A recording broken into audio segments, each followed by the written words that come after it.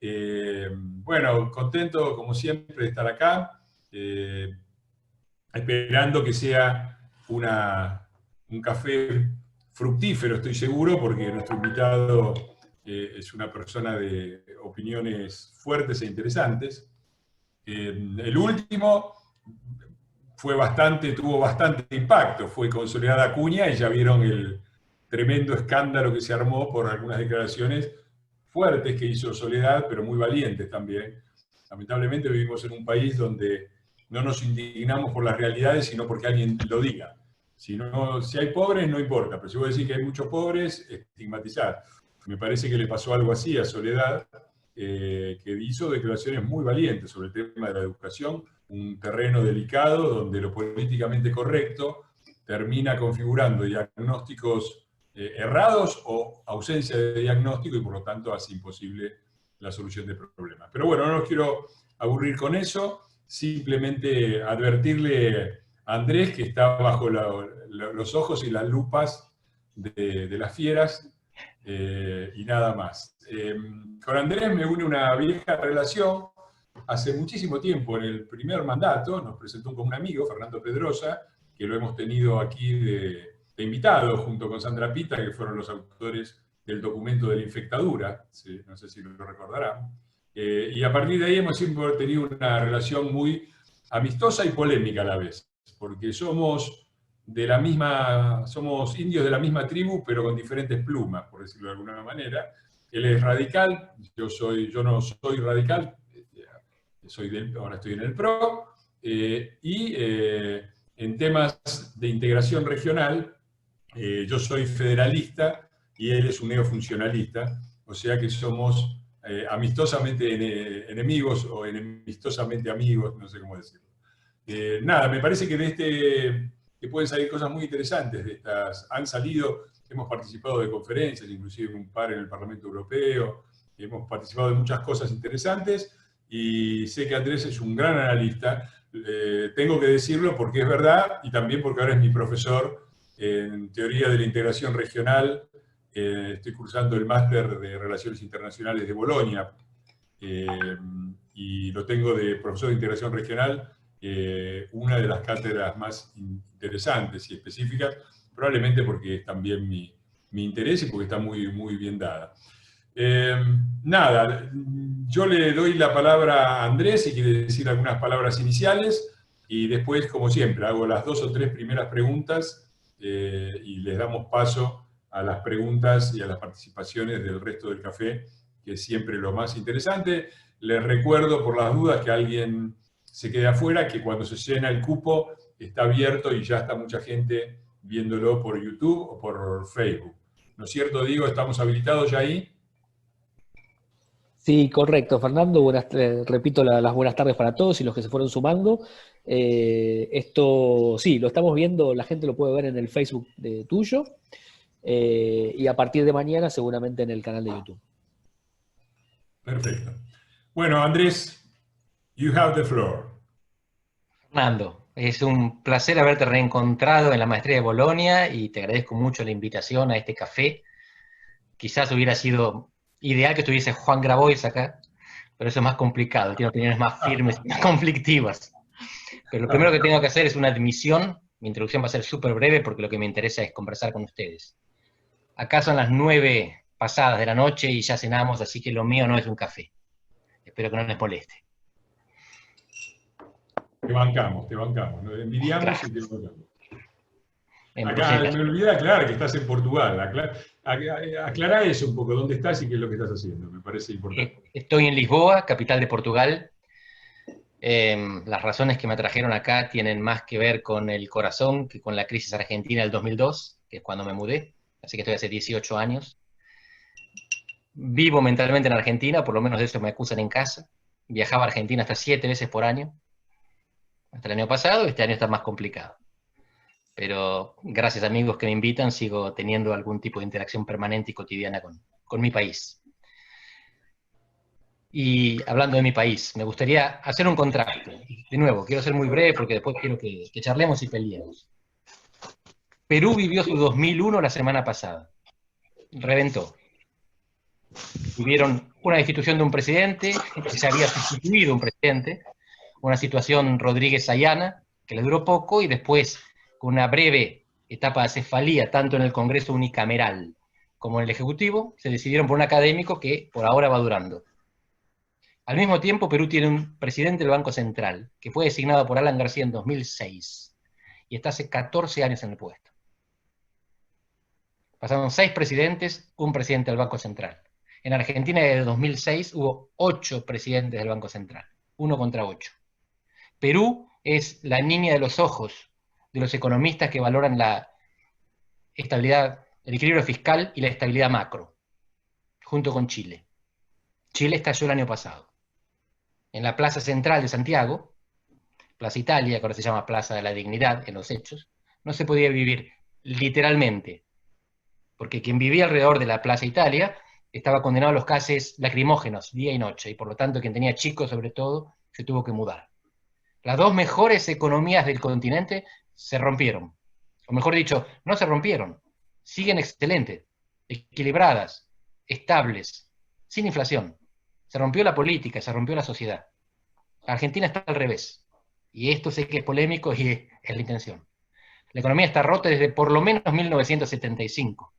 Viene medio rota de antes, pero en 1975 se queda sin repuesto. Pero la política la arreglamos, más o menos, en 1983. A partir de 1983 no hacen falta militares para sacarnos de encima a los gobernantes. No hacen falta tiros. Y desde 2019, incluso los no peronistas terminan mandato. Así que en Perú y en Chile la economía está bárbara, súper estable. Y la política está rota. En Argentina la economía está rota y la política está estable. Mañana no sé. Pero hoy, unos números, Fernando, vos siempre te basás en datos, siempre te basás en números. Argentina es una de las sociedades más pacíficas de América Latina. Por lejos. ¿Qué quiero decir pacífica? Tiene menos violencia social y menos violencia política. Números. Tasa de homicidios. ¿Qué es lo que caracteriza a la civilización? Que nos matamos menos que en el pasado, que algunos romantizan, pero en el pasado la gente se mataba más y vivía menos. Ahora es al revés. Nos matamos menos y vivimos más. ¿Cómo sabemos cuánta gente se mata? Porque las contamos. Acá en Europa, donde estoy yo, asesinan a una persona cada 100.000 habitantes por año.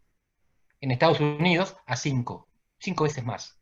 En Argentina, ¿qué les parece? Develo el misterio, 5, como en Estados Unidos. Para ser un país desarrollado, Estados Unidos está mal.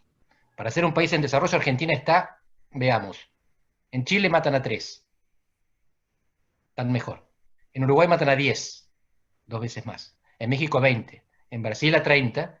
Y en Venezuela dejamos de contar cuando pasaron los 90.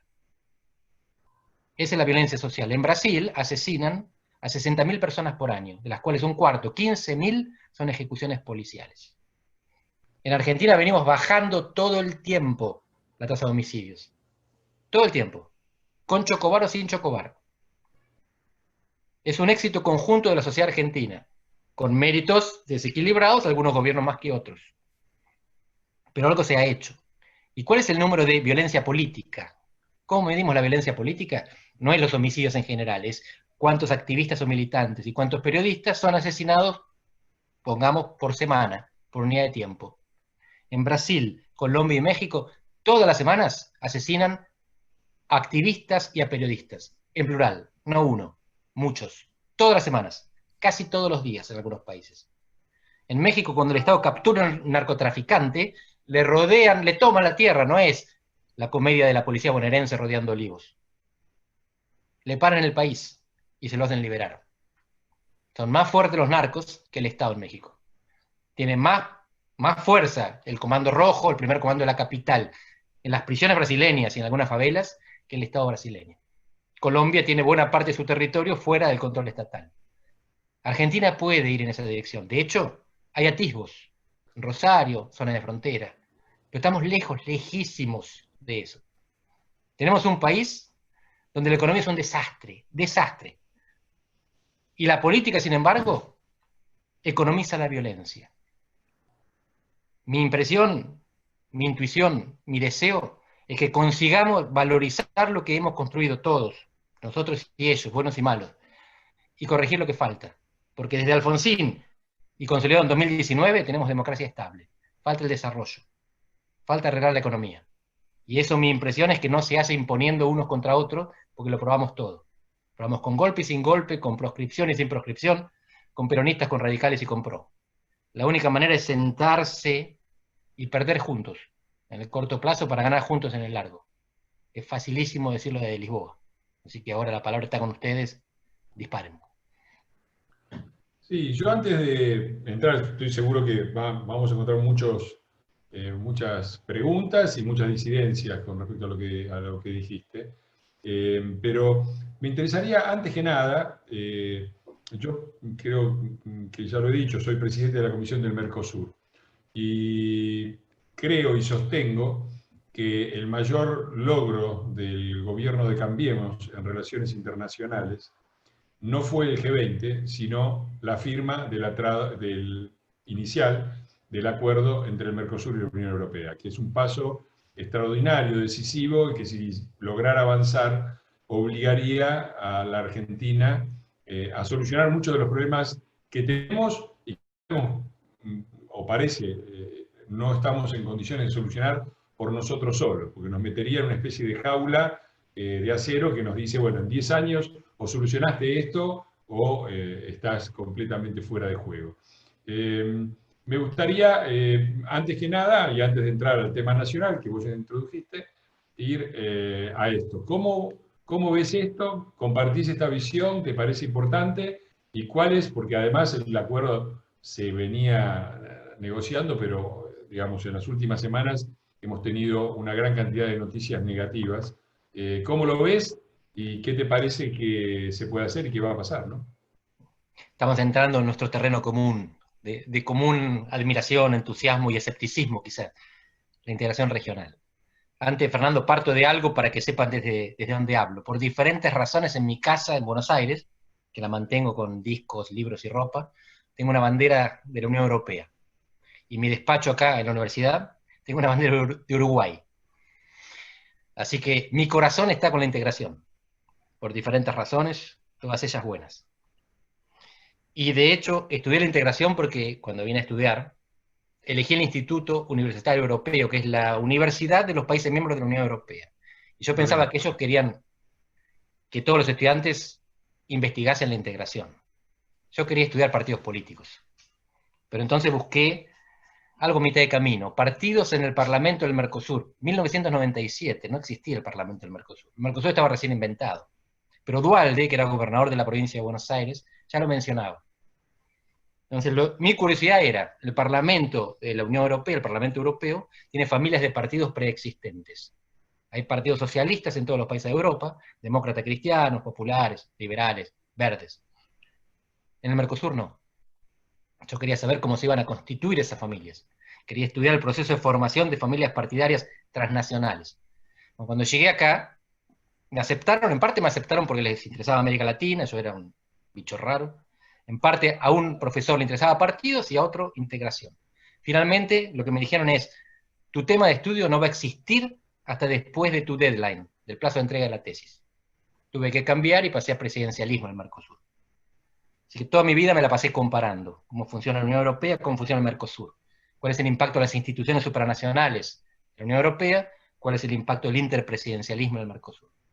De hecho, el impacto es tan grande que el acuerdo entre el Mercosur y la Unión Europea, que todavía no fue firmado el tratado, el acuerdo político que se está traduciendo y revisando, tiene condiciones de ratificación asimétricas. ¿Qué quiere decir esto? Que la Unión Europea lo ratifica en bloque, y el Mercosur de a uno. A medida que lo van ratificando, van entrando. Ese es el problema, que aunque el tratado sea mediocre, si los otros 3 miembros del Mercosur lo ratifican y vos no, no solo perdés acceso al mercado europeo, sino a los mercados de tus socios, porque ellos optaron por el tratado transatlántico. Esto dicho, lo que vos sugerís es una atarse al mástil. Argentina tiene tantos problemas que aferrarse al mástil de la Unión Europea la estabiliza. Le genera un horizonte, le genera reglas, disciplinas. A mí también me interesa esa parte. Siempre me pareció que era muy complicado el acuerdo. Vengo estudiando esos temas desde hace mucho tiempo. Yo estuve en Florencia entre el 97 y el 2000. Volví a Argentina en el 2001 la reventé y me vine a Portugal, 2002. Y vengo siguiendo el ida y vuelta, permanente. Y siempre fui escéptico. Y ahora, una confidencia. Cuando vienen a Bruselas a negociar la última parte, yo pienso que tampoco va a funcionar. Y empiezan declaraciones en los diarios, porque había filtraciones de que esta vez se firmaba. Y cuando Macri está yendo a Japón, se acuerdan que en Japón recibe las noticias, el G20, donde celebran todos, pasa por Indonesia. Y yo mando un tuit diciendo, es por acá, el futuro del mundo está en el Asia-Pacífico, esto es lo que tenemos que cultivar, no perdamos tiempo con acuerdos que no van a salir. Y me escribe un amigo que estaba negociando, y me dice, mirá que hay buen clima, ojo que esta vez puede salir. Digo, bueno, si vos lo decís te creo, pero ¿estás seguro? Bueno, salió el acuerdo político, se lo avisan a Macri, a Bolsonaro, celebran en Japón, celebra Macri, Bolsonaro no habla idiomas, no entendió lo que estaba pasando. Las fotos son maravillosas. Están todos los miembros del G20 de la Unión Europea sonriendo, y Macri sonriendo, y Bolsonaro con cara seria, preguntándose, ¿de qué están hablando? ¿Será fútbol? El acuerdo me parece, en principio, positivo. Digo en principio porque el diablo se esconde en los detalles. Está lleno de detalles. Uno de ellos, importante, es que la transición automotriz toma 15 años, que en principio es una concesión al Mercosur, porque somos tan inútiles produciendo autos, que si tenemos que producir autos competitivos de calidad dentro de 2 años, nos fundimos, no producimos más autos. Los autos del Mercosur no se venden afuera, con pocas excepciones, creo que la Hilux. Los autos de México se venden en Estados Unidos. México exporta autos, es exportador industrial. Argentina y Brasil exportan soja. Así que el acuerdo con la Unión Europea podía servir para eso. Faltan los detalles. Yo sigo siendo escéptico, ahora escéptico ratificado, porque mi impresión es que el acuerdo muy difícilmente se firme, más difícilmente se ratifique, pero por culpa de Europa. No es por culpa de los países del Mercosur, es por el proteccionismo agrícola y por el costo político que le implica a un presidente francés o polaco o irlandés firmar un acuerdo con esas características, aunque sea esto, porque nos dejaban, el cupo era mínimo, 100.000 toneladas de carne, es absurdo, son monedas, pero aún así tiene un costo político importante. ¿Qué es lo que hay que hacer en esa circunstancia? Diversificar. Y yo sigo pensando que el futuro está en Asia, que los que van a comprar lo que nosotros producimos están en el Índico y en el Pacífico, que el Atlántico es el más magnífico océano de la historia, es el océano donde se internacionalizó la democracia, el capitalismo, el liberalismo, todo lo que es lindo y nos gusta, pero es el océano del pasado. Hay que mirar para dónde está la demografía. Y nosotros somos periféricos, vulnerables, dependientes y cada vez más viejos. Pues la demografía no es solo China, es Indonesia, es la India, son estos 15 países que acaban de firmar un pacto que en principio no es libre comercio, porque es regulación normativa, es armonización, es estandarización, es tener condiciones que te permitan exportar garantizando que tenés calidad y que no te jodan en la frontera con controles fitosanitarios, truchos como hacemos en el Mercosur, porque no confían en que tenga calidad lo que les estás vendiendo. Así que, ¿qué pienso? Me gusta el acuerdo con la Unión Europea, creo que es altamente improbable que fructifique, y creo que dentro de unos años ya no va a importar. El mundo va para otro lado. Bueno, importante eso. Sí, claro. Yo igual no veo incompatibilidades, ¿no? Me parecen dos perspectivas complementarias, y creo que la ventaja que tiene Europa no es tanto en ganancia de mercados, donde claramente el destino es Asia, pero sí es en ganancia de normatividad, digamos. Nos va a obligar a una normatividad interna que es importante y que Asia no nos favorece ni mucho menos. Pero bueno, nada, yo daría, si les parece bien, dado que hemos avanzado bastante con esto, apertura a que hagas si querés hiciste un panorama general que escuchamos sobre la situación argentina, en términos muy generales. Yo te haría como última pregunta mía, una más referente a la situación actual, al microclima, a lo más de corto plazo. Y nada, lamento no haber tomado el café con Grabois, pero no salió bien.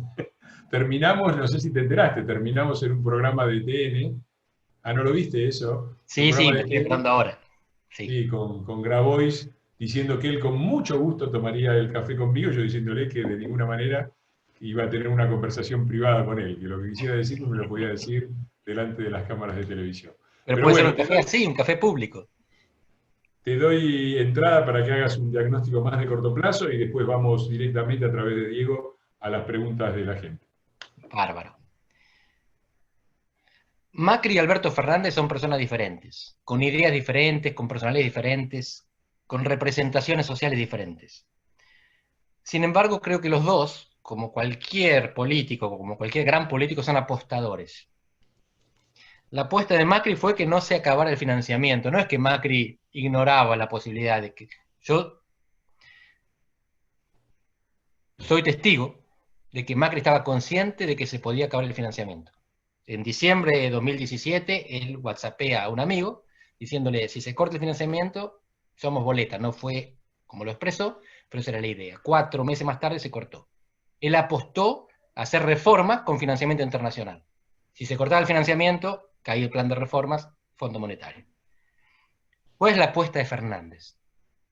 La apuesta de Fernández es empujar la crisis con la panza hasta mediados del año que viene. Porque a mediados del año que viene pasan las siguientes cosas. Primero, en principio hay vacuna. Empezamos a resolver la situación pandémica y a volver a mover la economía de manera normal. Ahora se está moviendo, estábamos en el piso, estamos un poquito más arriba, pero no es normal. Segundo, el segundo trimestre dorado. Se liquidan las exportaciones, el fisco vuelve a contar con recursos.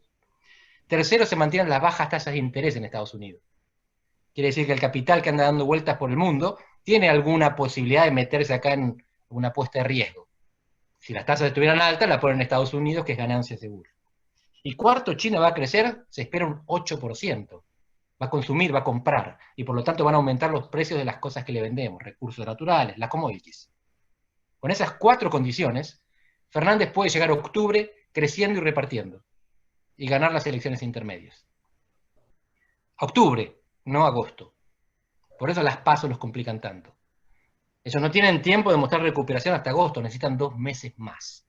Y por eso es muy probable que intenten hacer algo con las PASO. Se mandaron a todos los gobernadores a pedir que las levanten, y los gobernadores de la oposición también, y la gente de Cambiemos pedía el levantamiento de las PASO cuando era gobierno, porque tienen la vista que les termina en 24 horas de plazo. Tienen.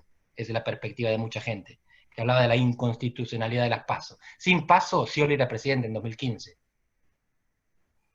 Y la cuestión es que el gobierno se disciplina con látigo y chequera. La oposición se disciplina con internas, con PASO.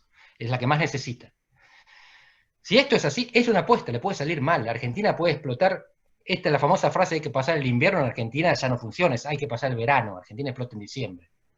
Y la situación está horrible, y cuando se termine el IFE, el ATP, la situación va a estar trágica, pero es el peronismo el que gobierna y tiene el control de la calle, de los sindicatos, de las organizaciones sociales. También tiene intendentes que reparten falopa en ambulancias y que venden tierras fiscales, y no es cualquier municipio, es el municipio que gobierna el presidente del Partido Justicialista, el presidente del partido que gobierna la provincia y la nación. Así que, pero de esa manera mantienen la paz social. Ferraresi no es un arquitecto que va a desarrollar un plan de viviendas, es un líder del conurbano que va a administrar las tomas y va a garantizar el control del territorio y va a tratar de pacificar la protesta social. La apuesta es esperar, aguantar, procrastinar, postergar y dejar que la situación mejore este octubre. Siendo así, manteniéndose unidos, que se van a mantener unidos, es factible ganar las elecciones para el gobierno. ¿Puede salir mal? Por supuesto que puede salir mal. Pueden pasar muchas cosas. Algunas dependen de la oposición, que presente buenos candidatos, o que se divida. Las dos posibilidades. A la oposición la ponen un brete. Porque la oposición no quiere que el gobierno caiga antes, no quiere que explote Argentina en diciembre. Quiere que al país le vaya bien, la oposición responsable. El tema es que si al país le va bien, en principio al gobierno le va bien. Y con este juego de apuestas lo que hace Fernández puede gustarnos más o menos, pero no es una locura. Como lo de Macri no fue una locura, fue una apuesta que salió mal. Lo de Fernández es una apuesta que dentro de poco sabremos cómo sale. Bien, ¿y te parece? Vos dijiste mediados de año, pero en realidad lo que estás hablando más bien es de marzo. Empujar con la panza la crisis hasta marzo, o me entendí mal. A partir de marzo empiezan las buenas noticias. Claro. La liquidación de las exportaciones, la vacuna. La vacuna no se va a distribuir en 45 millones de personas el primer trimestre. Los números que llegan de Rusia son absurdos. El gobierno dice que va a tener tantos millones de dosis en marzo, como Rusia dice que va a producir para todo el mundo en marzo. Los números no dan. Pero cuando empieza la distribución de la vacuna, empieza la generación de la esperanza. Y el gobierno juega con eso. Es la esperanza lo que genera la expectativa y finalmente el voto. El rebote es inevitable. Si vos estás en el piso y el piso no tiene más a dónde ir, solo podés ir para arriba. La cuestión es que si vas para arriba, pero 30% de la humanidad, de la Argentina, se está muriendo de hambre, no alcanza. El gobierno apuesta a que tenga para repartir. Bien. Bueno, sí, bueno, esa es una de las cosas que se ha discutido mucho. Si esta movida de evitar la crisis y de tirarla para adelante, porque no es que la están tirando para adelante sin costo, o sea, estamos liquidando los fondos de los jubilados pagando el 17% en dólares, ¿no? Y a una velocidad, es un fondo de 10.000, 11.000 millones de dólares, no me acuerdo bien, y liquidaron ya 1.500, o sea, no es que van despacito. La semana pasada tuvimos días de 130 millones de dólares liquidados en un día. Hay que ver hasta dónde llegan, ¿no? Y en ese caso había toda una discusión interna, revelo, así de qué les convenía así crudamente a ellos, si no les convenía más ir a la crisis ya, devaluar ya y de tener tiempo para volver, o si esto de correrlo con la panza, sí, si llegás, llegás.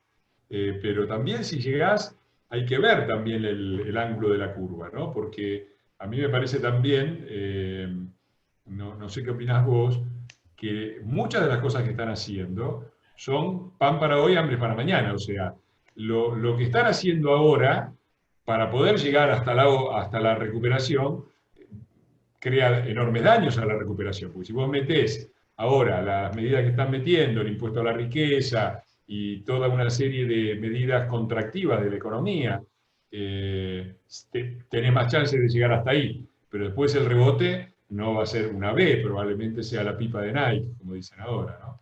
No sé cómo ves eso. Tal como lo estás diciendo. Así como el gobierno de Macri hizo lo necesario para ganar las intermedias y después se quedó sin nafta, a este probablemente le pase lo mismo. Porque lo que se está haciendo es comer el stock y el futuro.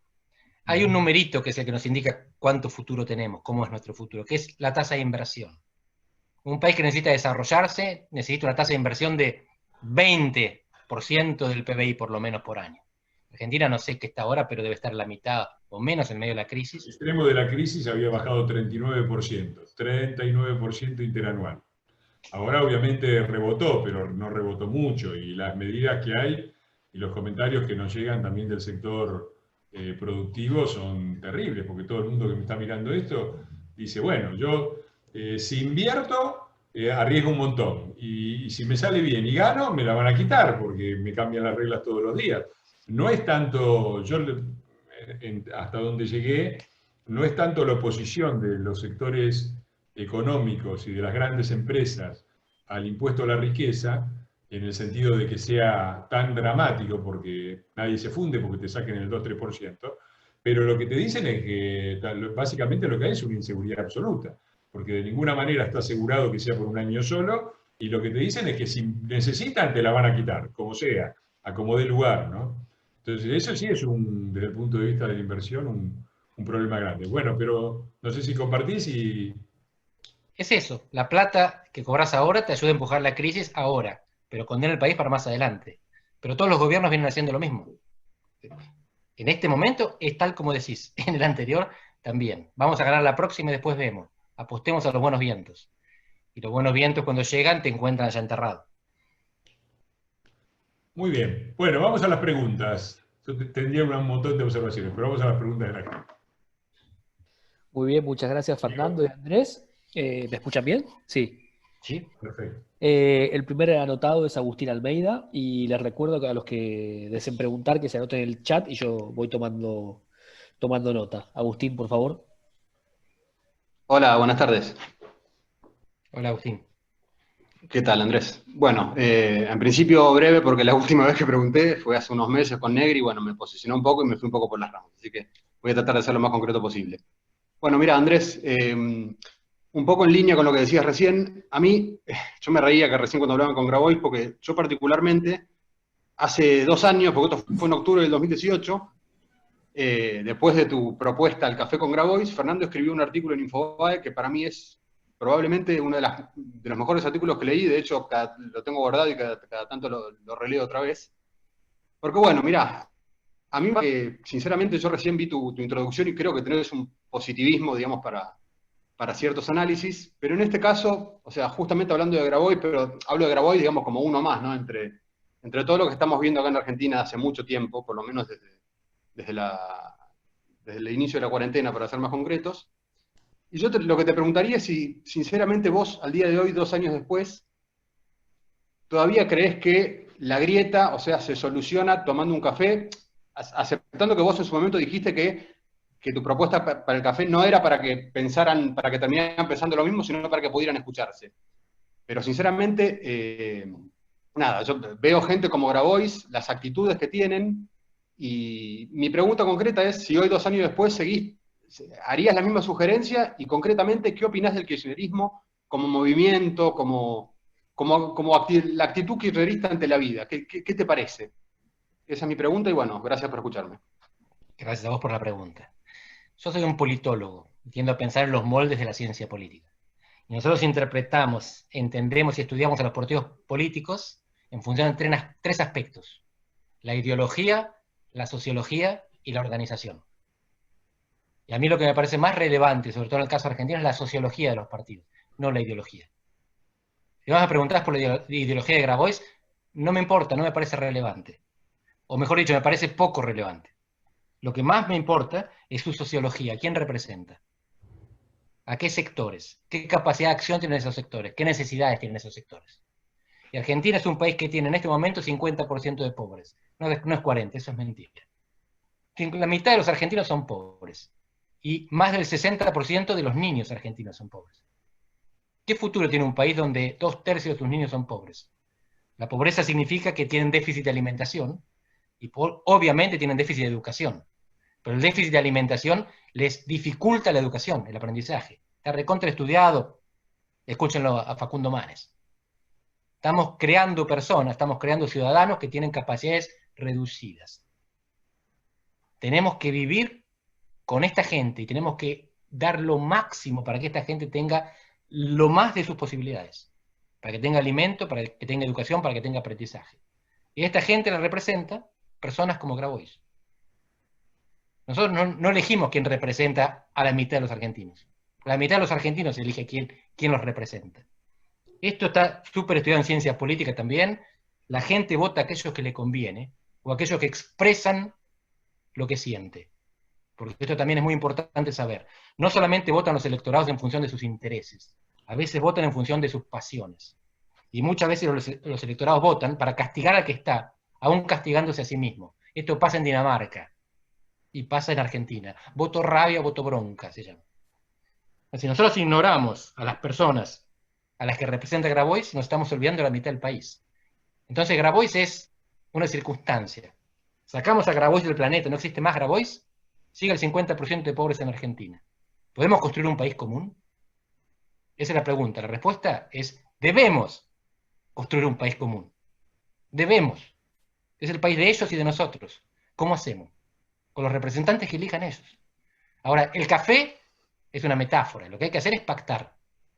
Y esto no lo digo yo, lo dice Diamond, O'Donnell. La cuestión es, vivimos en un empate permanente. Nadie va a ganar. Ellos no van a ganar, nosotros no vamos a ganar. Nos vamos a bloquear mutuamente. La solución es perder juntos en el corto plazo y ganar en el largo. Tuyo. Puedo agregar una cosita más nada más. En el artículo ese de Fernando, para mí cierra con algo brillante, que en realidad la idea general es que dice: la grieta se va a cerrar cuando gente como Grabois dejen de creerse dueños, y Grabois no parece estar en eso. Y eso me parece que no cambió. Entonces, a grandes rasgos, ¿qué opinás de eso? Más allá de Grabois, que obviamente es una circunstancia. Grabois es una anécdota. 50% de pobres es el hecho, el dato.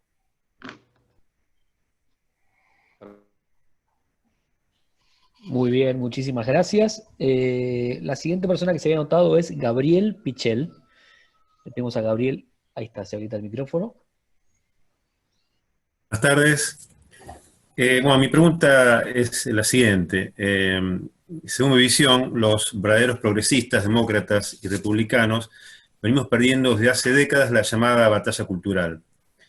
La pregunta sería, ¿qué líneas de acción piensa que serían las vías para revertir esta situación en la que, según mi visión, el populismo se viste de progresista y buena parte de la población cree en lo que creo que es una puesta en escena? Gracias. Gracias, Gabriel. No hay manera. No los vamos a convencer. Y ellos no nos van a convencer. Nadie va a convencer a nadie. Hay que sentarse y decidir que aceptamos perder, nosotros y ellos, en el corto plazo. Pablo Gerchunov lo describió como nadie. Les recomiendo un artículo cortito, El Nudo Argentino, que publicó hace un par de meses, donde él sugiere que la fórmula está en la Constitución. Es el artículo 14 bis. ¿Cómo vemos el problema? O'Donnell, Diamant, Gerchunov y modestamente yo. Argentina tiene un conflicto distributivo estructural, la puja distributiva, diferente al del resto de los países, porque nosotros exportamos lo que comemos. Entonces, ¿cuál es el valor ideal de la carne en Argentina? Para un exportador, alto. Para un consumidor, bajo. Y lo que fija el valor, lo que arbitra ese valor es el dólar. Los exportadores quieren dólar alto, los consumidores dólar bajo. Y pendulamos entre una y otra cosa, la famosa restricción externa. Tenemos que lograr un dólar de equilibrio común, que nos sirva a todos. El dólar alto es de equilibrio macroeconómico, el dólar bajo es de equilibrio sociopolítico. Tenemos que lograr un dólar intermedio en el cual los trabajadores acepten perder salario, y los empresarios, los propietarios, los ricos, acepten perder ganancia, riqueza o propiedad.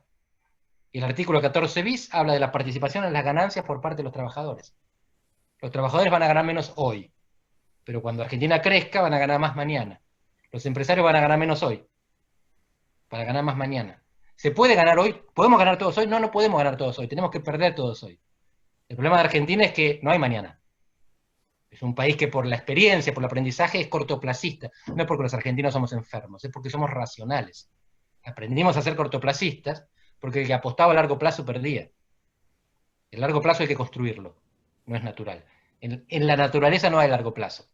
El que no mata, el que no come se lo comen.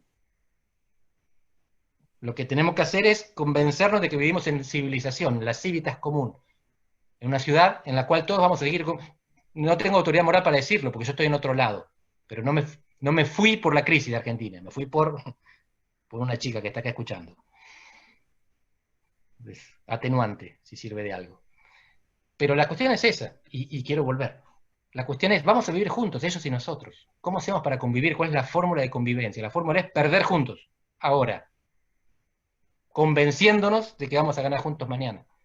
No es fácil, pero es la única que nos queda. Muchísimas gracias. Seguimos con Constanza Carestía. Constanza, estaba por ahí, le pedimos si se... Sí, buenas tardes. Gracias. Hola, Constanza. Un saludo para todos. A ver, yo escuché recién que proponía pactar con un representante como Juan Grabois, porque por supuesto representa una determinada cantidad de población. Ahora, yo me pregunto cómo se puede salir a pactar con alguien que en realidad propone no solo atentar contra la propiedad privada, claramente es la comisión de un delito, o sea, no se puede salir a pactar con alguien que promueve la promoción de delitos.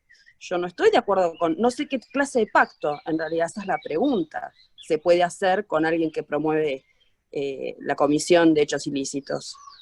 Y que es muy propio del populismo, o sea, yo veo que en general hay mucha gente, representantes del oficialismo que promueven atentar contra garantías constitucionales. ¿Qué clase de pacto se podría hacer? En 1947, la Asamblea General de las Naciones Unidas votó la partición de Palestina. Palestina era un territorio que había sido consignado al Reino Unido para que lo administrase, en el que convivían tribus de beduinos y de árabes y colonias judías que empezaron a poblarse cada vez más después de la Segunda Guerra Mundial. Los árabes de Palestina no aceptaron la partición, los judíos, a regañadientes, la aceptaron. En 1948, la guerra de la independencia de Israel, Israel se funda, Palestina se la comen entre Israel, Egipto, Palestina y Jordania, Siria y Jordania. Muchos años de guerra pasaron. varias guerras, hasta que finalmente en el 77, Begin y Sadat deciden firmar la paz. Pero ellos hacen algo que ya había sugerido antes Gandhi. La paz se hace con el enemigo, no con los amigos. Con los amigos estamos en paz. Se hace con el enemigo, con el que te mató, con el que asesinó a tus hijos. Esa es la única manera de firmar la paz, con el enemigo. No se firma con los amigos. Sí, cometieron delitos. Y en el gabinete de Raúl Alfonsín, mi ídolo, había personas que habían puesto bombas. Bombas para matar civiles. Y varios de sus nombres están ahora en estaciones de subte en la ciudad de Buenos Aires. La paz se hace con el enemigo.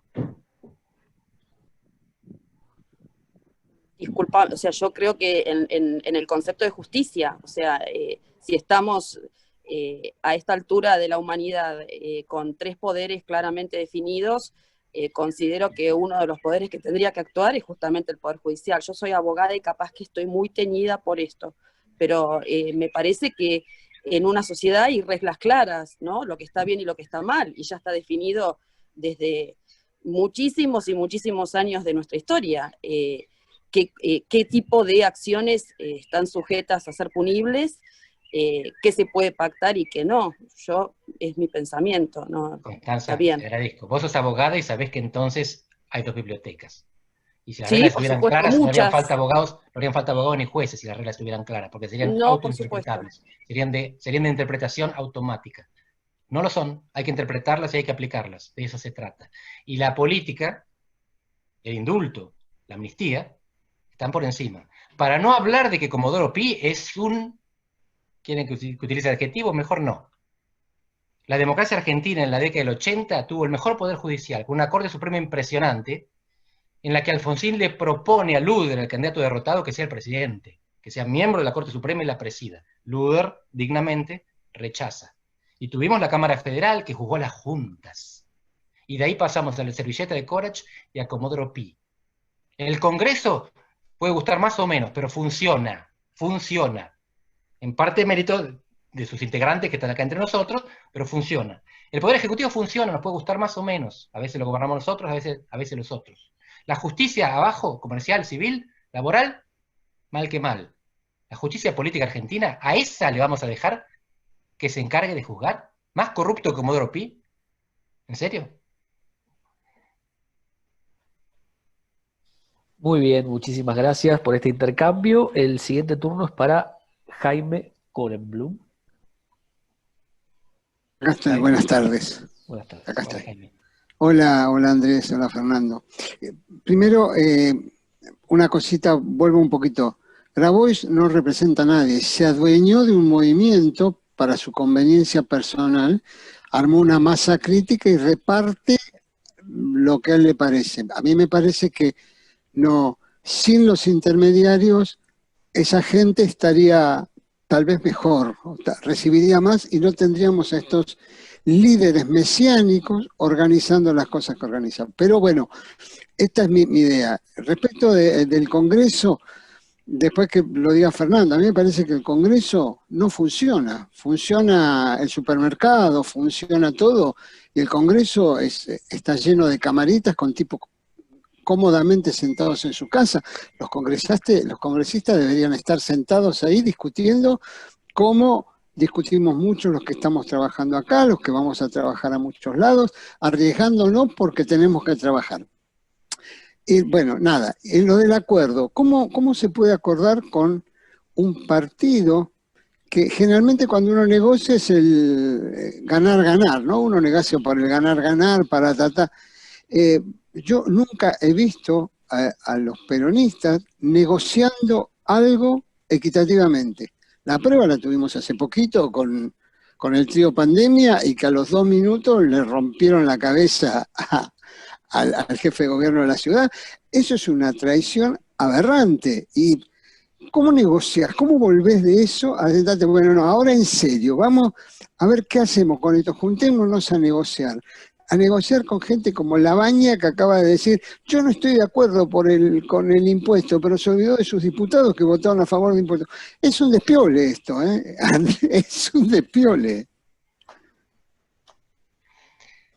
No sé si va a ocurrir. Sé que si no ocurre, Argentina está condenada. Y por lo que les decía antes, sé que los grandes acuerdos de paz en la historia se hicieron entre asesinos. Porque eso era Begin, un terrorista. El Irgun es leer la historia de Israel. Era un terrorista. Era una persona que ponía bombas para matar civiles. Con esa gente se construye la historia. ¿O no? La opción es nuestra y es de ellos. No alcanza con uno. Hace falta que ellos también quieran. La carta de Cristina es clarísima. Clarísima. Estos son todos unos hijos de puta.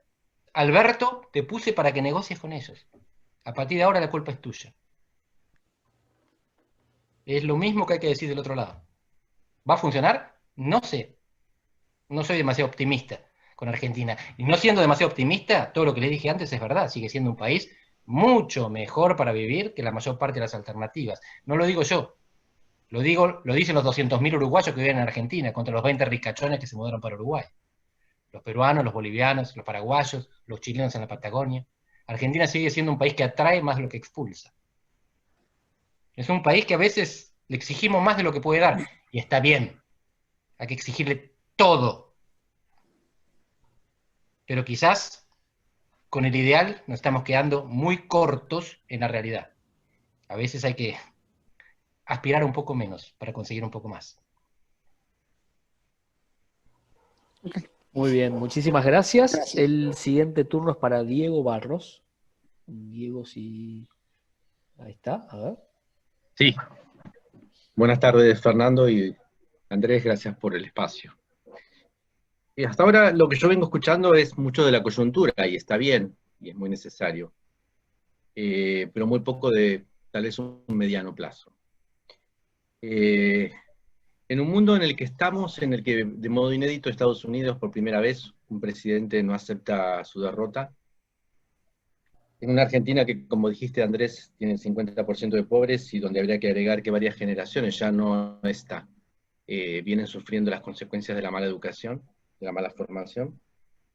¿Cuál es el futuro que tendremos a mediano plazo? Digo, ¿cuál es el tipo de sociedad que podemos llegar a imaginar o a pergeñar para un mediano plazo? No hago la pregunta para mí, la hago para mis hijos.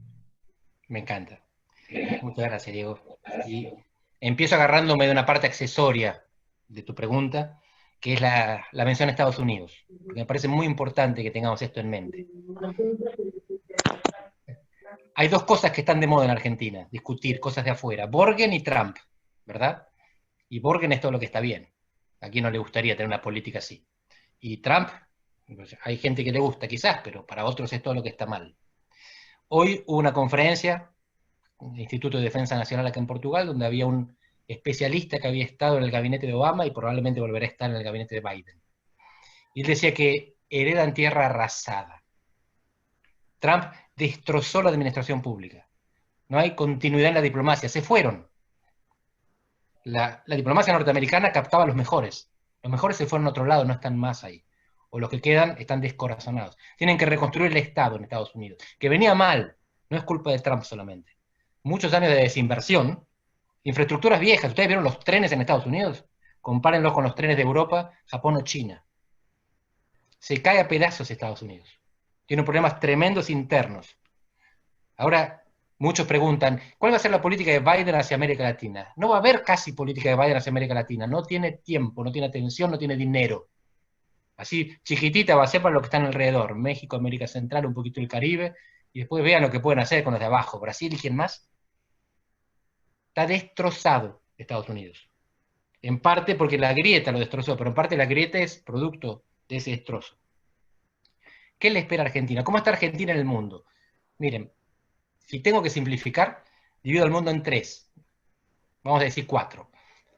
Oriente y Occidente. Y dentro de Oriente, democracias y no democracias. Y dentro de Occidente, grieta y no grieta. ¿Cuáles son los países que mejor enfrentaron la pandemia? Mejor quiere decir, tuvieron menos muertos y menos disrupción económica. Los orientales, todos ellos, con autocracia como en China, con democracia como en Japón, Corea del Sur y Taiwán. Y dentro de Occidente, miren, esto lo estamos discutiendo con politólogos desde marzo, cuando empezó esto. ¿Cuáles son las condiciones que favorecen una política más efectiva para enfrentar la pandemia. Menos muertos, menos disrupción económica. Y empezamos pensando que era confinamiento o no confinamiento. No. Perú y Argentina confinaron mucho y Uruguay poco. Y Uruguay está peor, pero en otros países pasa lo contrario. Como en los países nórdicos. Ahí los que confinaron están mejor. Izquierda o derecha. Irrelevante. Completamente irrelevante. Hoy Argentina tiene más muertos que México, Brasil, Estados Unidos, pero en Europa también se da vuelta. Derecha, izquierda. Urbanización. Nueva York crece para arriba, Los Ángeles crece para el costado. En Nueva York se aprietan en los edificios, en los transportes públicos, en Los Ángeles. Bueno, al principio parecía que sí, Nueva York era un cementerio a cielo abierto, mientras que Los Ángeles funcionaba. Y después Los Ángeles cayó también. Italia contra Alemania. La estructura familiar. Norte de Italia versus sur de Italia, si viven juntos los nietos con los abuelos. Bueno, ¿saben cuáles son los países en Occidente que mejor reaccionaron? Los que tienen dos características. Son pequeños y no tienen grieta. Uruguay, Portugal, Paraguay un poco, algunos escandinavos. Pues algún escandinavo se mandó un macanón. Pero en general son países pequeños, 3, 4, 5 millones de habitantes, y no están polarizados. Los países con más población polarizados la cagaron todos. ¿Qué futuro le espera a Argentina? Miren, somos un país más. Lo que tenemos roto es la economía en Argentina. De nuevo, no es la grieta, no es la política. Eso no nos diferencia de nadie. En Brasil, México, Colombia, Estados Unidos se matan a tiros. En Argentina no. Ya no. O quizás todavía no. Nuestra política es mucho mejor. Les guste o no Grabois, que es irrelevante, que es anecdótico. Estamos mucho mejor. Nuestra economía está mucho peor. En el mundo el problema es la deflación. En Argentina y en 5 países más la inflación. En el mundo no saben cómo hacer para llegar al 2%, para subir la inflación al 2%. En Argentina ojalá la pudiéramos bajar al 30%.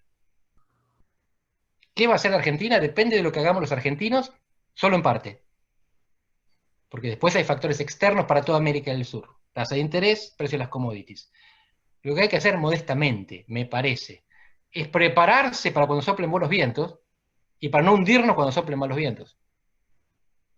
Pero el futuro de Argentina no lo vamos a decidir solamente los argentinos. Es estar en condiciones de aprovechar cuando llegue la oportunidad. La oportunidad puede llegar o no. El desarrollo no es fácil. Está lleno de gente que dice, fue el peronismo, Fernando, con buenos argumentos. O fue, no sé a quién más se le puede echar la culpa, los militares, la inestabilidad, la oligarquía, Inglaterra. Mire, ningún país latinoamericano se desarrolló, ninguno. Ningún país africano se desarrolló, ninguno. Los países desarrollados tienen una de estas 3 características. Desarrollo temprano, industrialización temprana, Europa Occidental, Estados Unidos. Spin-off, o sea, descendientes de esos. Australia, Nueva Zelanda, Canadá. O aquellos que tuvieron relevancia estratégica, importancia estratégica para los países ya desarrollados. Europa del Sur. ¿Qué se desarrolló España? ¿Por lo bien que lo hicieron? No, porque estaban en Europa. Si España hubiera quedado en Río de la Plata, no sería un país desarrollado. ¿Les cabe alguna duda? Y Corea del Sur lo mismo. Y Taiwán lo mismo. Quizás la única excepción a esto es Japón. Un país que se desarrolló previamente, que no era occidental, que no descendía de Occidente y que no tenía importancia estratégica. Decidieron ellos, la élite, en un país disciplinado, cohesionado, que tiene en sus islas una única civilización, es un país, nación, civilización, todo juntito, decidieron desarrollarse. Y le cortaron la coleta a los samuráis y les dieron para adelante. Único caso. Todo el resto depende de lo que hicieron los industrializadores tempranos. Argentina es un fracaso parcial, porque si miramos al lado no hay nadie más con nuestras condiciones que se haya desarrollado. Australia, Nueva Zelanda y Canadá estaban en el Commonwealth. En 1930, con la preferencia imperial, el Reino Unido decidió seguirles comprando y a nosotros no. Así que hicimos muchas cosas mal, pero quizás nos hubiera ido mal igual. Por eso tenemos que ser realistas, tenemos que hacer las cosas lo mejor posible para estar listos cuando llegue la oportunidad. Y quizás no llega nunca. Pero mientras tanto, seamos buenos entre nosotros.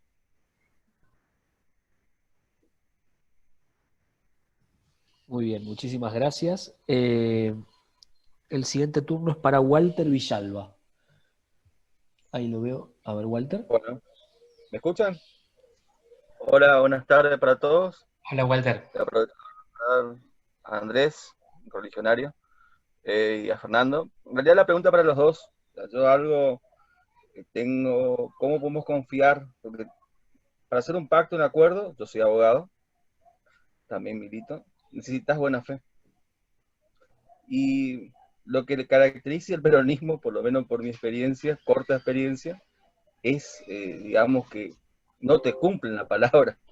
Y ahora, y como el oficialismo siempre tiene que dar primer paso, y cuando vos sos oficialista siempre es un poco más generoso para acordar, ¿cómo podemos andar ese camino, para, no ya para nosotros un poco y para los que vienen después detrás nuestro, como para que tengamos un rumbo donde podamos hacer un pacto, un acuerdo con un mínimo de buena fe, por lo menos para, no digo que vayamos todos juntos detrás del arco iris, pero es muy difícil tratar con el peronismo. Realmente es complicado porque generalmente te cambian, no quiero decir la palabra, pero te cagan, digamos, cuando estás por acordás algo y después salís con otra cosa, o lo que vimos ahora en la Cámara de Diputados, que también va a preguntar para Fernando, que él lo sufre, que te meten una modificación de una ley que estaba pactado y te cambia todo el escenario. Bueno, ¿cómo podemos llegar comparando otras experiencias, cómo se puede tener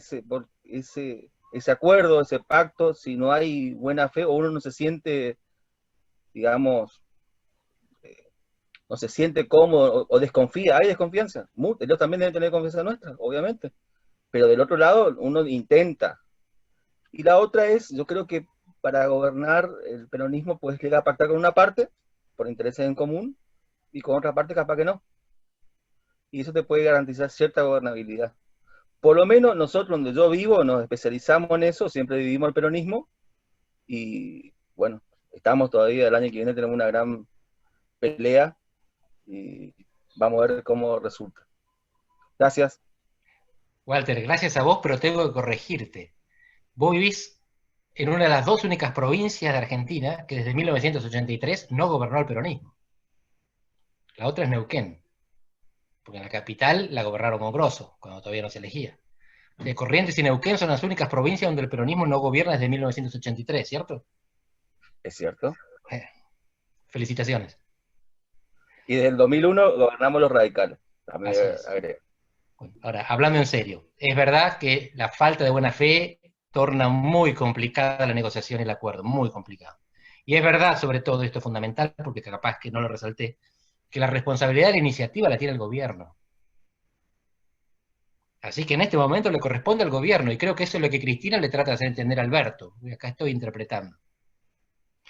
Pero cuando tuvimos la oportunidad nosotros, lo primero que hicimos fue mandar 2 jueces por decreto a la Corte Suprema, y uno de ellos había sido ministro de Néstor. No costaba nada negociarlo. No hubo voluntad de negociación, no hubo buena fe. De todas maneras, no quiero comparar. Ahora le corresponde al gobierno. Segundo, ¿qué posibilidades hay de acordar? ¿En qué condiciones se puede hacer? ¿Cuándo lo hacen las élites argentinas? Yo creo en la iniciativa, creo en la construcción de confianza, creo en la necesidad de sentarse, tomar un café. Eduardo Fidanza, que es alguien al que respeto mucho, les recomiendo, si no lo hicieron, que lo inviten en algún momento, no comparte mi optimismo. Él cree que solamente reacciona el liderazgo argentino, la élite argentina, enfrente del abismo. Así que solo habrá posibilidad de acuerdo cuando vean que la gente sale a la calle a lincharlos. No antes. Puede ser. Yo esperaría, desearía no llegar a esa situación. Y Fernando, ¿qué piensas? No es fácil que vos, porque te créeme que espero. No, ¿Cómo fue? Sí, entiendo. Yo iba a pedir yo la palabra primero para contestar yo primero, porque voy a argumentar en contra de tus argumentos. Y entonces, antes de pasar a otra pregunta, sugiero que puedas contestar lo que yo voy a decir. Yo creo que hay dos en nuestro desacuerdo y que obviamente tenemos un diagnóstico distinto y por lo tanto nuestra propuesta de solución es distinta, ¿no? Vos decís que comparás la Argentina y decís, bueno, ninguno se desarrolló. Bueno, pero la Argentina era desarrollada. Y la Argentina en 1895 era el primer país en el mundo en PBI per cápita y crecía más rápido que los Estados Unidos.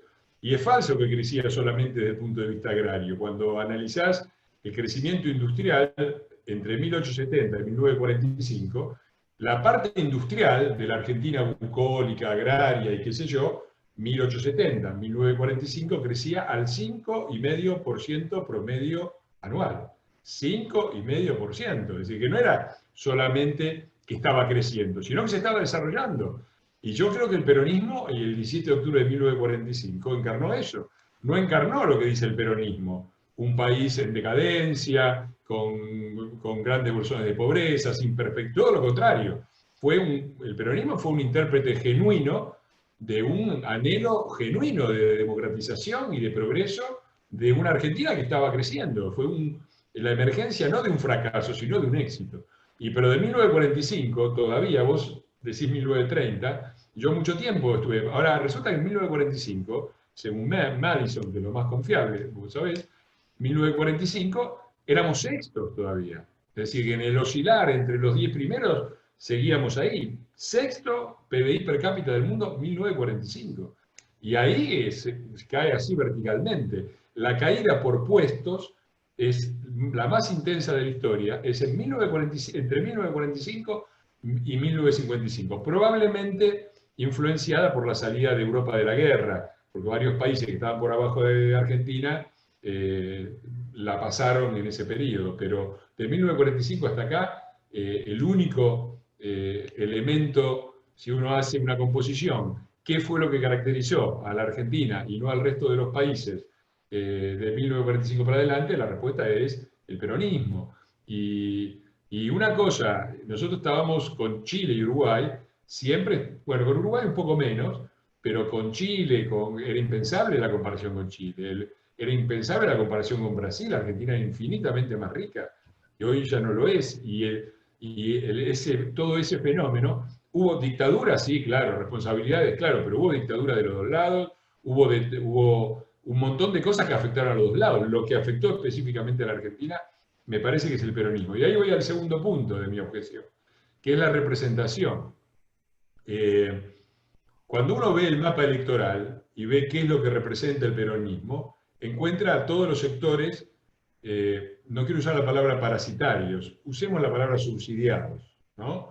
Y eso uno lo ve socialmente, ¿no? Los Grabois lo puede ver como provincias, las del norte, las del sur, el conurbano, las puede ver desde un montón de puntos de vista. El peronismo representa, y yo creo que representa conscientemente, la parte de la Argentina que vive de la otra mitad. Y por lo tanto, la pregunta es, porque para sentarse a una mesa de negociación, como vos decís, Andrés, tiene que haber una voluntad común de decir, salgamos del atraso. El problema que para mí tiene el peronismo, en que ellos son perfectamente conscientes que si salen del atraso, se quedan afuera. Es decir, Cristina Kirchner puede ser, y toda esa élite peronista, es de un nivel de, nosotros no digo que seamos maravillosos, pero creo que la dirigencia de la oposición en Argentina no es muy diferente a la oposición en el resto de los países latinoamericanos. Yo no creo que Margarita Stolbizer sea muy diferente, qué sé yo, a Michelle Bachelet, o Macri a la calle Pou, o qué sé yo, nombramos uno de izquierda con Tabaré Vázquez. Tenemos Wiener con Tabaré Vázquez, no hay mucha diferencia. La diferencia son los muchachos que están ahí y que representan, y cuyo negocio es el atraso. Y si uno ve las acciones de gobierno desde que llegaron al poder ahora, son todas exacciones del sector productivo, dinámico de la Argentina hacia el sector subsidiado. O sea, serían razonables y sería razonable apoyarlas si fuera para sacarlo de la pobreza, porque si vos me decís, le damos a las provincias del norte para que se desarrollen, me parece bien. Ahora, para que haga clientelismo Gildo Infran me parece mal. Y me parece que ese es el tema de... Uno se puede sentar hasta con un terrorista, podemos hacer objeciones morales, pero tu argumento es invencible. Si vos te sentás con un terrorista que quiere lograr la paz, y genuinamente quiere lograr la paz, aunque haya matado a muchos, es una cosa. Si vos te sentás con uno que quiere el atraso, y no vas a poder hacer un pacto para el desarrollo. Ese es lo que a mí me parece.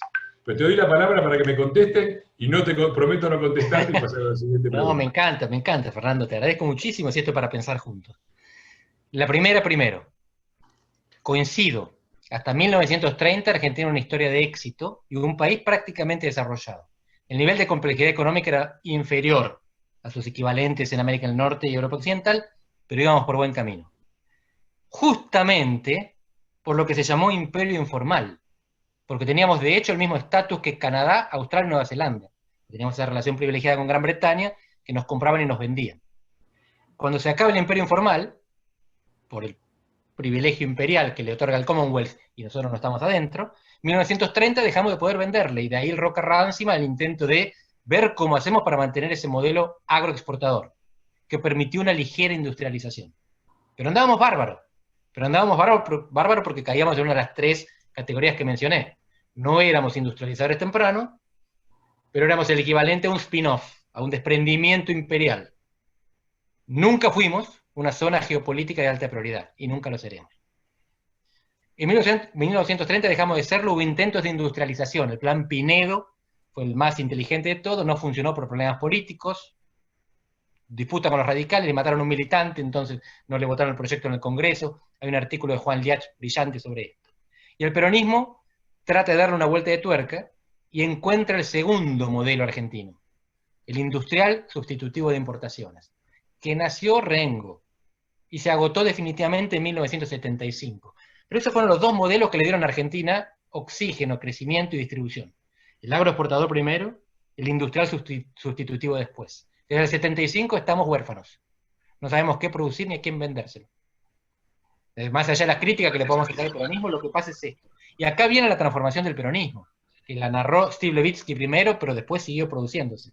El peronismo originalmente es el movimiento de los incluidos que quieren reconocimiento, están incluidos en la economía, son trabajadores fabriles, pero no tienen derechos, no tienen respeto, les falta dignidad. Y el peronismo les reconoce los derechos y la dignidad. Los incluidos, los asalariados, no los subsidiados, ¿verdad? El problema es que eso se fue transformando por la degradación de la sociedad argentina. El peronismo dejó de representar el movimiento sindical. ¿Qué sindicalista hay en el gabinete hoy? Cero, ¿verdad? Macri cuando asume nombra uno, o hijo de. Este tiene 0 sindicalistas. ¿Cuántos gobernadores tiene en el gabinete? 0. ¿Cuántos intendentes? 3. O exintendentes, Ferraresi, Catopodis, Meoni. ¿Por qué?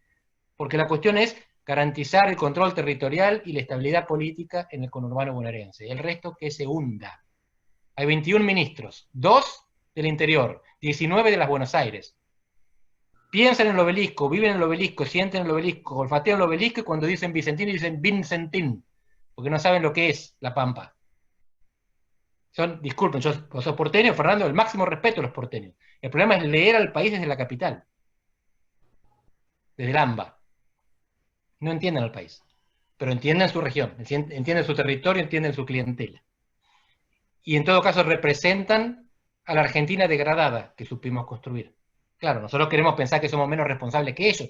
Yo quiero considerar que soy menos responsable que ellos, pero soy parte de la Argentina también. La segunda, bueno, creo que estaba relacionada con esto, ¿no? La cuestión de la Argentina. Ah, no, pero esto es muy importante. Es verdad lo que vos decís, pero estás representando una parte de ellos.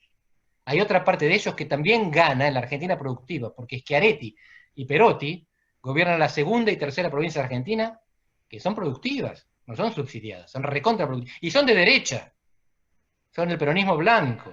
Y si le preguntas a Macri te va a decir, ¿es Schiaretti? Y te habla de Schiaretti como si fuera su empleado.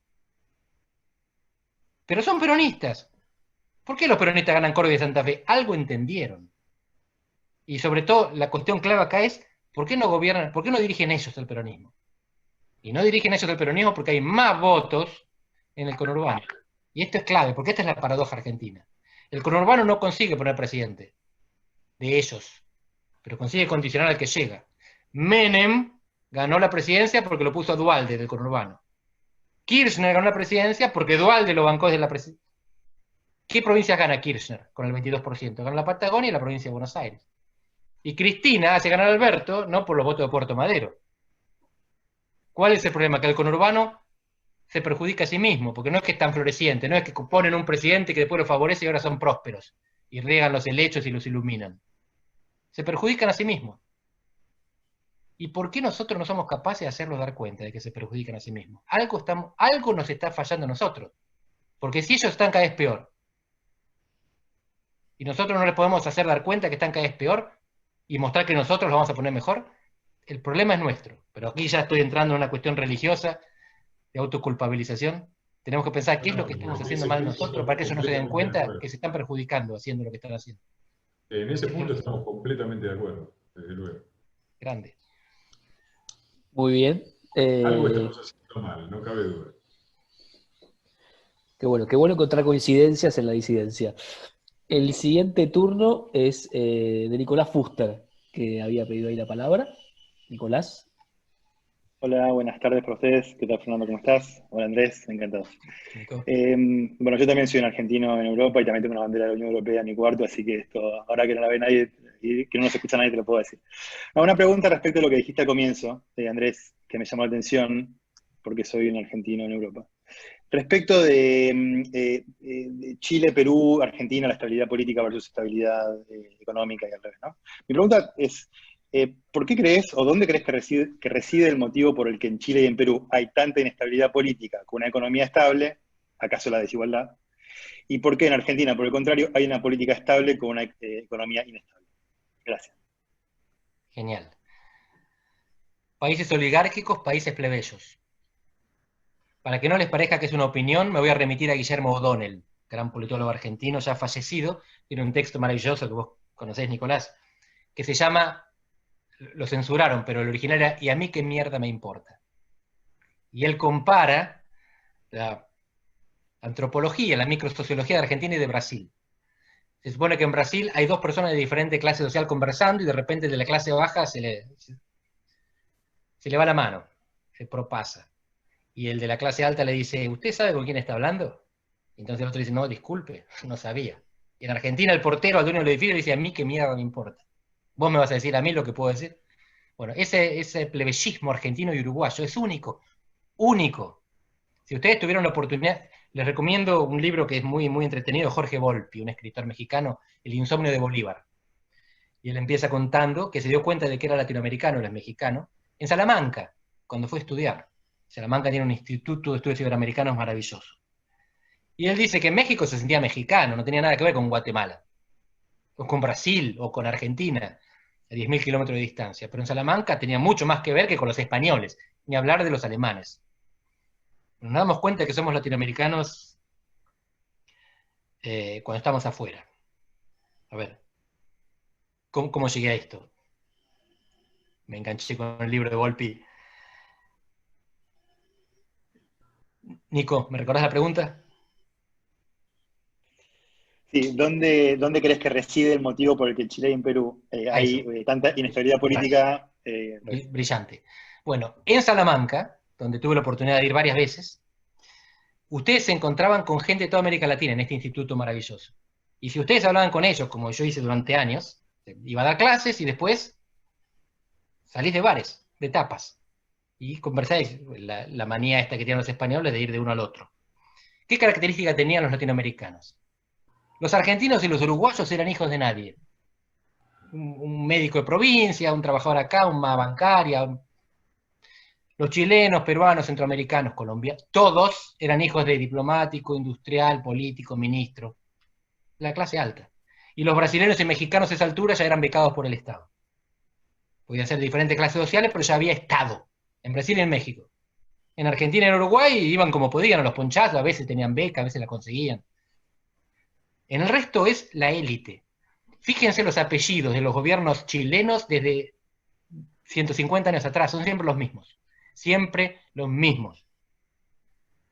El lema de la protesta, de la indignación, del estallido en Chile fue, no son 30 pesos, que era el aumento del subte, son 30 años. De democracia, 30 años de democracia. La democracia es tan elitista y tan oligárquica como lo que había antes. Igual, 50% de los chilenos no votaban. Un sistema institucional perverso, que era optativo registrarse para votar, pero una vez registrado era obligatorio votar. Entonces la gente, la izquierda, miren los apellidos de la izquierda chilena, son apellidos ingleses, alemanes, bueno, doble apellido normal, lo usan casi todos. La izquierda chilena no representa el 50% del país que estalló, que despertó. Perú, ni hablar. Y ahora les doy un número, mira, podría compartir la pantalla, pero no complejicemos. Un estudio del BID de hace 2 meses, donde los tipos estudian la estructura social latinoamericana y el impacto pandémico. Segregación escolar. ¿Cuál es la probabilidad de que un niño rico tenga un compañerito pobre en la escuela? Y viceversa. En los países de la OCDE, 25-30%. Es decir, 25-30% de que no tenga, de que haya segregación. Un cuarto de los niños de los países ricos no va a haber un niño de otra clase social. En Argentina es un poco más alto, en América Latina es creo que 60. En Chile y en Perú, 0. Un niño rico nunca va a tener un compañerito pobre en la escuela, y viceversa. No saben que existen los pobres. Era clarísimo cuando ustedes escuchaban a los ministros chilenos, Mañalich, que tuvo que renunciar. No sabía que la gente vivía apretada, no sabía que había este nivel de pobreza, no sabía que la gente... El resultado del plebiscito en Chile, más de 300 comunas, el no ganó en 4. Una del norte, con características autocráticas diferentes, conservadoras, y las 3 más ricas de Santiago, donde vive toda la élite política chilena. Las Condes y 2 más. La segregación de clases es impresionante. En Argentina, el acento te indica la región, la tonada es cordobesa. La R, ¿sabés? Mercedes Sosa, ¿sabés cómo eran los mendocinos, los misioneros como los paraguayos? En Chile es de clase, como en Inglaterra. Vos sabés la clase social del chileno por cómo habla. Y no es la papa en la boca, que es una característica. Hay élite tucumana que habla tucumano, no habla Barrio Norte. Bueno, en Chile, la clase alta dice Chile. La clase media dice Chile, y la clase baja dice Chile. Yo no hago bien los acentos. Son clasistas, por no decir racistas. Argentina no era así, no debe ser así.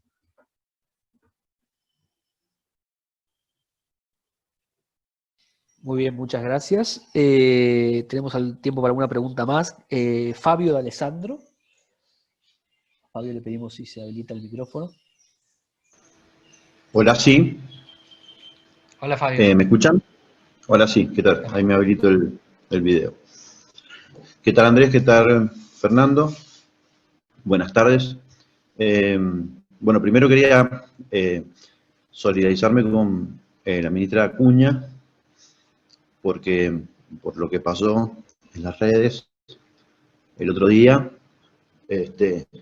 y todo lo que se ha hablado, esto se generó en las charlas con Iglesias, así que un poco el culpable es Iglesias. Increíble, sí, siempre haciendo no son la primera persona que dice eso, lo dijeron en el diálogo Ernesto Tenenbaum y Siete Case, que dijeron, sí, lo escuché. Segura, Iglesias le saca lo peor a todo el mundo. Textual, sí. Yo también estaba, ¿te acordás, Fernando? Yo también había estado participando, preguntándole a la ministra, y bueno, entonces también soy culpable, acepto mi parte de culpa. No, en serio, nos solidarizamos varios.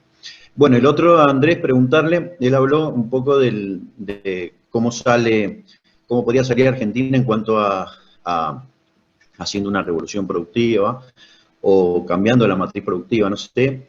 ¿Cómo se le ocurre que Argentina, suponiendo que superamos todos estos problemas políticos que son muy difíciles y que en algún momento se pongan de acuerdo los políticos, cómo hacemos, como dijo Macri la otra vez, superado esto, tenemos 20 años de crecimiento? ¿Cómo verías vos, Andrés, que Argentina pueda crecer 20 años seguidos y cómo podría, de qué manera, es decir, haciendo qué cambios o modificando qué cosas en su matriz productiva? Gracias, Fabio. Bueno, todas las etiquetas correctas te las puedo nombrar, pero de nuevo, es fácil hablar sentado acá desde lejos. Pero en principio Argentina tiene ventajas comparativas muy relevantes, que no dependen de los recursos naturales solamente, dependen de todo el capital humano que fue invertido a lo largo de los años y los intangibles que producimos en comparación con otros. Y los 2 pilares son obvios: bioeconomía y economía del conocimiento. Bioeconomía no es exportar soja, que quede claro, es todo, hasta tejidos, hasta papel, hasta medicamentos, la industria farmacéutica, en la que somos potencia, aunque no parezca. Uno de los pocos quiere decir menos de una docena, países del mundo que fabrica vacunas. Y la economía del conocimiento, donde tenemos los unicornios, uno de los pocos países de América Latina, somos 2, el otro es México que tiene 1, que tiene premios Nobel en ciencia. Después todo eso ya se fue perdiendo con el tiempo. Pero Argentina tiene unas credenciales impresionantes en todo lo relacionado con la economía del conocimiento, que es mucho más que software, porque por supuesto que es todo lo digital, y es INVAP, y son los satélites, y es la economía, la energía nuclear. Argentina es el único país del mundo no desarrollado que le vendió centrales nucleares a países desarrollados, Holanda y Australia. Nuestro potencial es enorme, enorme, y somos especialistas en desperdiciarlo. Buenísimo, muchísimas gracias. El siguiente turno es para Gabriela Saldaña, que me pidió la palabra. Gabriela. Sí, gracias, Diego. Quería hacerle, Andrés, la siguiente pregunta. Tanto en el tema de los índices de seguridad como lo de integración social que describió en la pregunta anterior, si no cree que el descontento que se verifica, sobre todo en la clase media no peronista, tiene que ver con que nosotros no comparamos con el promedio relativo a otros países, sino con la tendencia. El hecho de que estamos percibiendo una evolución descendente desde hace mucho tiempo. En caso de integración social, la verdad que coincido plenamente. La escuela primaria en la que yo conocí hace muchísimas décadas, la integración era, en la escuela pública, era total. Yo he tenido compañeros de clase media muy baja y muy alta en la escuela pública de antaño. Y hoy tengo amigos que desde hace muchos años lloran sacando de las escuelas públicas a sus hijos porque no pueden sostener ese ideal, porque la sociedad cambió. Y con seguridad pasa lo mismo, el promedio de 5 por año no nos sirve en comparación a Estados Unidos, y nosotros desde hace mucho percibimos una tendencia, una evolución que venía de 1 o de 2, por dar ese ejemplo. Creo que el de la escuela es un ejemplo que realmente nos toca día a día, porque lo vivimos, lo conocimos distinto. La pregunta concretamente es esa, si no cree que tal vez ese descontento del no peronismo con esos, es que percibimos la evolución, la tendencia, y que nos asusta perder lo que teníamos y lo que fue logrado, porque sentimos que estamos viviendo un poco de las joyas de la abuela. Tengo la tentación de no responderte, Gaby, porque me trataste de usted. Pero voy a hacer una excepción porque estoy en todo de acuerdo. Mira, lo que nos hizo diferentes, lo que hizo posible esto de que vayamos a Europa y seamos hijos de nadie, hijos de todos, cualquiera tiene acceso, esa sociedad del esfuerzo, la movilidad social de mi hijo el doctor, fue la educación pública, fue Sarmiento. Argentina es la construcción de Sarmiento. El único país parecido a nosotros en la región es Uruguay, que tuvo a Pedro José Varela, fue el Sarmiento de ellos. Y por supuesto que todo esto viene de Estados Unidos, de donde Sarmiento importa a las maestras. Así que Sarmiento viajó por África, Europa y Estados Unidos, y fue el primer argentino que dijo, el futuro está en Estados Unidos, no en Europa. Europa es maravillosa, es fantástica, pues todo viejo ahí. Fue nuestro Tocqueville, va a Estados Unidos y es por acá. Es la educación lo que permite crear una sociedad nueva, un país nuevo, en un mundo nuevo. La tragedia argentina es la educación. No voy a entrar en la discusión sobre lo que dijo Soledad Acuña, pero si hay una tragedia que Argentina está viviendo, y es responsabilidad del gobierno y de sus socios sindicales, es tener las escuelas cerradas por un año, durante un año. Esto es, no voy a decir único, porque no conozco todos los países del mundo. Lo que les voy a decir es que todos los países que conozco tienen una prioridad durante la pandemia: mantener las escuelas abiertas. Todo lo demás viene después. Es decir, primero fue aumentar la capacidad sanitaria. Una vez que lo consiguieron, escuelas abiertas. Y vamos viendo. El resto lo regulamos, pero ¿cómo hacemos para que los chicos tengan clase presencial? Para mí ese es el problema. Y si me permiten, en los distritos que gobernamos, me hago cargo en primera persona, tendríamos que marcar la diferencia. Tendríamos que mostrar que mejoramos la formación docente y mejoramos la formación alumna. Tendríamos que tener escuela de lujo en Jujuy, Corrientes, Mendoza y la ciudad de Buenos Aires. No sé si lo podemos demostrar. Voy a cometer una tipicidad en estas preguntas, y es hacer una pregunta sobre esto último. Suelo ser el anfitrión y no preguntar. Pero en realidad yo coincido que la tragedia es educativa y lo que estamos viendo ahora es así. Ahora, en América Latina, salvo Uruguay, el fenómeno de las sin clases ocurre en casi todos. En Brasil no hay clases, en Colombia no hay clases, Perú está viviendo una situación política, pero tampoco hay clases. En la mayoría de los países, en México no hay clases, y nosotros vemos que en Europa sostienen, porque entienden que la prioridad, la principal y lo último que van a ceder es la educación pública, al menos en primaria y secundaria. Entonces mi pregunta es, ¿cómo se explica esta situación de tragedia educativa que se vive en América Latina, que no es solo en Argentina, y si la única explicación es la fortaleza de los sindicatos docentes a nivel regional. ¿Es esa la única explicación o hay otra? Gracias, Diego. Definitivamente no es esa, porque los sindicatos no son fuertes en buena parte de América Latina, sobre todo no lo son en Brasil. Yo creo que tiene que ver con las capacidades estatales, más allá de las orientaciones ideológicas, cavernícolas o no. Son capacidades estatales, no tenemos capacidad para saber dónde hay enfermo, dónde se transmite la enfermedad. Testeo y rastreo. Pero en el fondo esto se puede hacer con tracción a sangre también. En algunos países con poco desarrollo, pocas capacidades tecnológicas, lo hicieron con tracción a sangre. Ponés un papel, como se hacía antes, cuando descubrieron cómo se producían las infecciones, cuando conseguían rastrear en Londres el circuito que corría por las aguas hervidas, y cuáles eran los barrios que se infectaban, y cómo hacer para evitar entonces, y dónde estaba el balde que contaminaba a todos los demás, lo hacían con papel y lápiz. No tenían computadoras.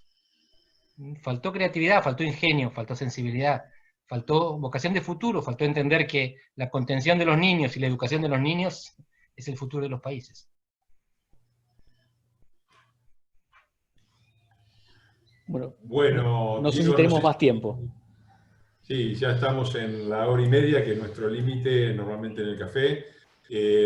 Yo no quiero ver en este tema de la educación, sería fácil decir, utilizar el tema de la educación y del desastre, la tragedia educativa, que arranca de mucho en la Argentina, pero que claramente se agudiza a partir de la década del 90 y los prolegómenos, con el liderazgo claro de un cierto partido. Y podría también utilizar, actuando de mala fe, porque no lo creo, decir que, bueno, que si yo fuera el representante de un sector que apuesta no al desarrollo, sino al subdesarrollo, cerrar las escuelas es un negocio redondo. Estoy bien con los sindicatos, bajo el nivel educativo, como marcó uno ahí en el chat, alpargatas sí, libros no. Yo no creo que haya un complot de este tipo, pero sí creo que el solo hecho de la falta de cuidado, pongámoslo en términos de falta de comprensión del problema, de qué significa en términos de crecimiento de un país, de PBI, en una era que es la era de la información y el conocimiento, en donde el principal recurso económico de todos los países es el cerebro de sus habitantes. Supongamos que es simplemente falta de comprensión, pero eso me parece que también denota una visión del mundo que viene justamente de una visión medieval. No quiero hacer publicidad mi libro, pero es pensar que todavía seguimos con la idea de que la fuerza de trabajo es fuerza física, es trabajo físico repetitivo.